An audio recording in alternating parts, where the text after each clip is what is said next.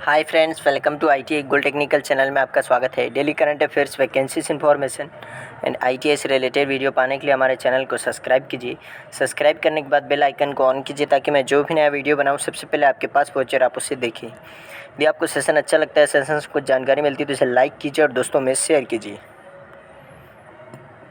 चलिए सेशन की ओर चलते हैं। यदि आप हमारे चैनल आईटीआई गोल्ड टेक्निकल पर पहली बार आए हो तो इसे सब्सक्राइब कीजिए और अपने दोस्तों से भी जरूर करवाइएगा।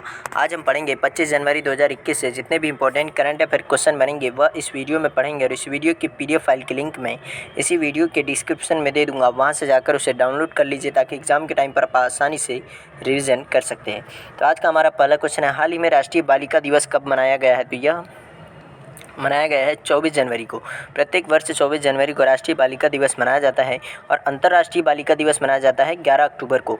और बालिका दिवस के दिन ही सृष्टि गोस्वामी जी को एक दिन का चीफ मिनिस्टर बनाया गया है। कहाँ पर? उत्तराखंड में। यह एक बालिका है सृष्टि गोस्वामी, जिनको एक दिन के लिए मुख्यमंत्री बनाया गया है उत्तराखंड में। राष्ट्रीय बालिका दिवस भारत में हर साल 24 जनवरी को मनाया जाता है। इसकी शुरुआत महिला एवं बाल विकास भारत सरकार ने 2008 में की थी। कब की थी? 2008 में। और इस दिन को विभिन्न कार्यक्रम का आयोजन किया जाता है और इसका मेन उद्देश्य होता है सेव द गर्ल, यानी कि लड़कियों को सुरक्षा प्रदान करना और लिंगानुपात रेशो को सुरक्षित करना या सही करना और बालिकाओं के लिए स्वास्थ्य सुरक्षित वातावरण प्रदान करना और लोगों को जागरूक करना, लड़कियों या फिर बालिकाओं के प्रति संवेदनशील करने के लिए। तो और उत्तराखंड में आज राष्ट्रीय बालिका दिवस के मौके पर मेधावी छात्रों को 159 मेधावी छात्रों को स्मार्टफोन दिए जाएंगे। कहाँ पर? उत्तराखंड में। और सन 2015 में महिलाओं को सशक्त बनाने के उद्देश्य से बेटी बचाओ बेटी पढ़ाओ की शुरुआत की गई थी। कब? 2015 को। और इस अभियान के तहत लड़कियों के लिए चलाया गया एक बहुत ही अच्छा कदम है और इसके ज़रिए लड़कियों और महिलाओं से जुड़े कई महत्वपूर्ण मुद्दों को उठाया जाता है और महिलाओं के प्रति होने वाली कई अमानवीय प्रथाओं जैसे भ्रूण हत्या अब कम हो गई है। इस क्वेश्चन का राइट आंसर है ऑप्शन नंबर बी, इसका राइट आंसर है। चलिए नेक्स्ट क्वेश्चन की ओर चलते हैं। नेक्स्ट क्वेश्चन है, हाल ही में चुनाव आयोग ने कब डिजिटल वोटर आईडी लॉन्च करने की घोषणा की है? तो यह घोषणा की है मतदाता दिवस 25 जनवरी को। 25 जनवरी को चुनाव आयोग डिजिटल वोटर आईडी लॉन्च करेगा। तो इस क्वेश्चन का राइट आंसर है ऑप्शन नंबर बी। कब? 25 जनवरी को, मतदाता दिवस के दिन, 25 जनवरी 2021 को। नेक्स्ट क्वेश्चन है, हाल ही में किस राज्य ने श्रमिकों की बेटियों को शादी के शगुन के तौर पर 51,000 रुपये दिए जाएंगे? तो इस क्वेश्चन का right answer option number D, Punjab.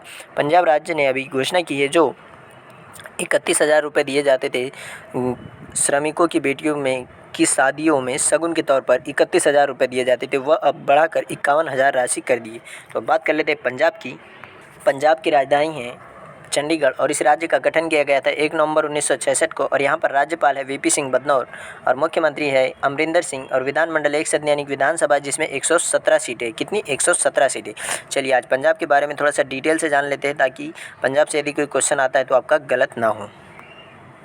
तो पंजाब का लिंगानुपात है 893 और यहाँ पर साक्षरता है 76.68%। और कुछ फैक्ट देख लेते हैं। गुरु नानक साहब ने सिख पंथ की यहीं पर स्थापना की थी। वर्ष 1956 में पेशू और पंजाब सम्मिलित कर दिया गया था और वर्ष 1966 में इससे हरियाणा को एक अलग राज्य बना दिया गया था। और पंजाब देश के उत्तर पश्चिम भाग में स्थित है। कहाँ पर है? उत्तर, यानी कि उत्तर यह दिशा हो गई और पश्चिम यह, इन दोनों के बीच में यहाँ पर पंजाब स्थित है भारत के। अब देख लेते हैं, इसके उत्तर में है जम्मू कश्मीर और पश्चिम में पाकिस्तान और उत्तर पूर्व में हिमाचल प्रदेश और दक्षिण में हरियाणा तथा राजस्थान।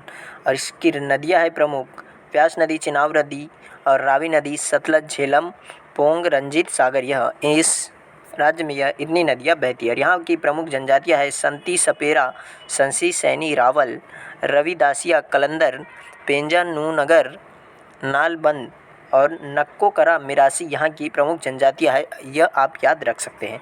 यहाँ पर संस्थान कौन से हैं? तो Netaji Subhash Chandra Bose institute of sports से यह जरूर याद रखिए, कई बार एग्जाम में पूछा गया है। कहाँ पर है? तो पटियाला में, पंजाब के पटियाला में। और पंजाब डिजिटल लाइब्रेरी और भारतीय प्रौद्योगिकी संस्थान भी यहीं पर है। और यहाँ पर बांध है भाखड़ा नांगल बांध, रंजीत सागर बांध, पोंग बांध और लोक संगीत है यहाँ पर ख्याल ठुमरी और भी कुछ है। और यहाँ पर लोक नृत्य है, यहाँ का क्लासिकल डांस है भांगड़ा और गिद्दा। क्या है? भांगड़ा और गिद्दा। तो इस क्वेश्चन का राइट आंसर है ऑप्शन नंबर डी, इसका राइट आंसर है। नेक्स्ट क्वेश्चन है, हाल ही में किस राज्य में दहलीज पर राशन वितरण योजना प्रारंभ की गई है? तो यह आंध्र प्रदेश में ही दहलीज पर राशन वितरण योजना प्रारंभ की है। जैसे कि दाल, चावल, गेहूँ, यह जो भी मिलता है राशन की दुकान पर, अब यह पैक करके लोगों की घरों पर प्रोवाइड किया जाएगा। तो यही है दहलीज पर राशन वितरण योजना। तो बात कर लेते हैं आंध्र प्रदेश की। तो आंध्र प्रदेश का गठन किया गया था 1 नवंबर 1953 को इसका गठन किया गया था। और इसके राज्यपाल है बिश्वभूषण हरिचंदन और मुख्यमंत्री है जगन मोहन रेड्डी। कौन है? जगन मोहन रेड्डी, जो कांग्रेस पार्टी से हैं। और यहाँ पर कांग्रेस पार्टी से है। कौन सी पार्टी? कांग्रेस पार्टी। और यह पर विधानमंडल द्विसदनीय यानी कि विधान परिषद और विधानसभा। तो विधानसभा परिषद में है 58 सीटें और विधानसभा में 176 सीटें।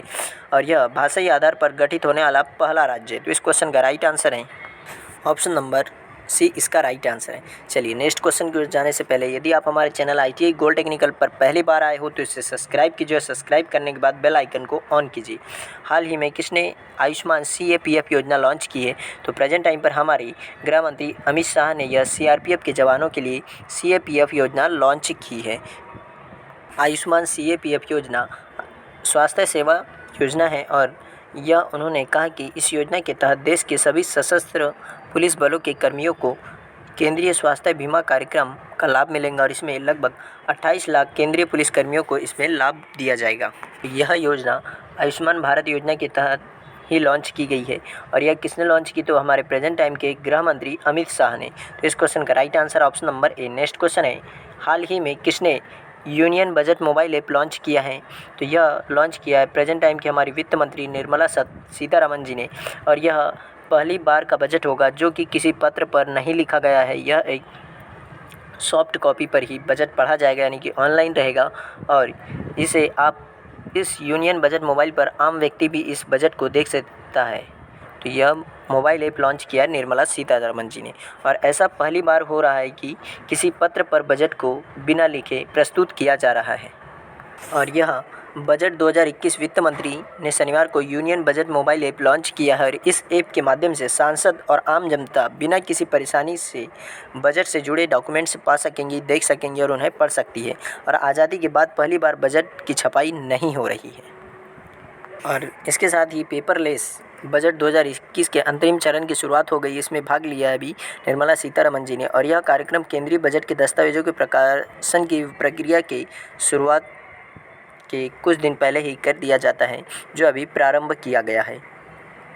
और निर्मला सीतारमण जी 1 फरवरी को आगामी वित्त वर्ष का केंद्रीय बजट पेश करेगी।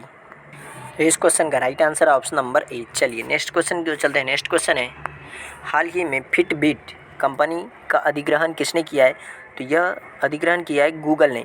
फिटबिट एक यह जो हाथ के ग्लव्स होते हैं,